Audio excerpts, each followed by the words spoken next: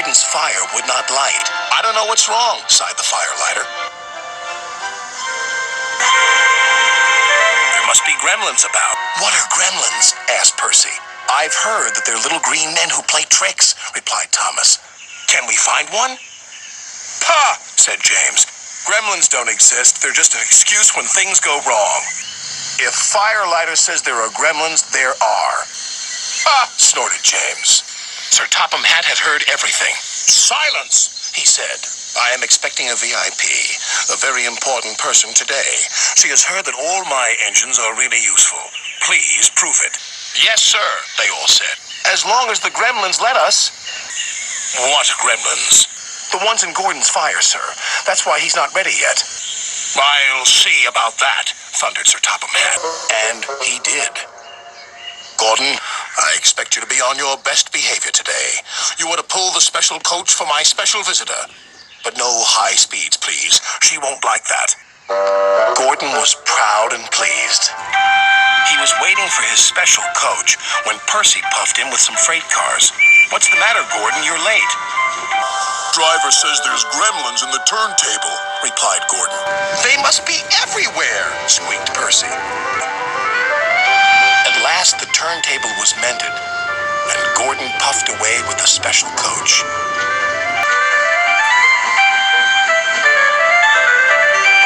He was soon working hard to make up for lost time. After he arrived at the station, Sir Topham Hatt became concerned. "Where's Thomas?" he wondered. "He's supposed to be bringing my visitor from the docks." "Huh," puffed Gordon. "Thomas isn't really useful if he's late." But it wasn't long before Thomas arrived. "I'm sorry. A cow strayed on the line and we had to wait for the farmer to take her away. The driver says your visitor is here safe and sound." "Indeed she is," smiled Sir Topham Hatt. "How nice to see you." "Who is it?" whispered Percy. "I don't know," replied Thomas. "But Sir Topham Hatt is certainly keen to please her. He's arranged a special party for her." "She's got a dog as well," said Percy. "Come on, Thomas," said the driver. "You need a drink." "Huh," puffed Gordon. "Thomas is just a lazy little engine. Sir Topham Hatt is expecting me to arrive on time. We're late because of Thomas." Gordon's driver decided to make up for lost time.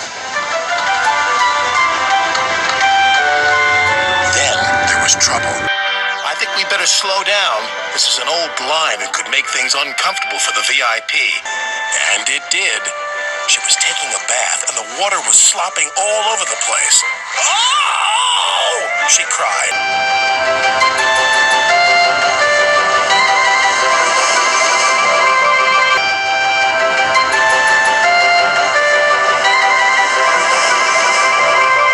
Gordon was very relieved to reach his final destination, where Thomas was waiting to collect Sir Topham Hatt and his special visitor. He blew an extra long whistle. This frightened the visitor's dog so much that he fled from the station and ran into a field where a bull was grazing. The bull frightened the little dog even more.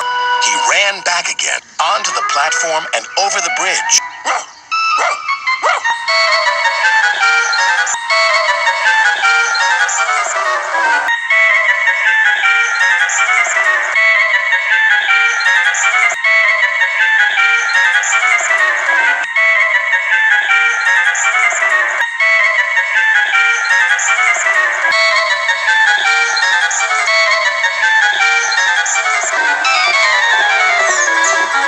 He didn't stop until he jumped straight into Thomas's cab.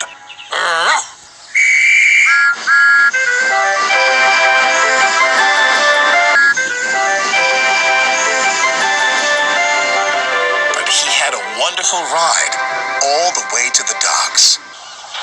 "What's the dog's name?" asked the fireman. "Well, after today's events, I think I'll rename him Gremlin." Sir Topham Hatt chuckled. "In that case, I've met one at last." "Excuse me, sir, but who is your very important visitor?" "Why, didn't I tell you?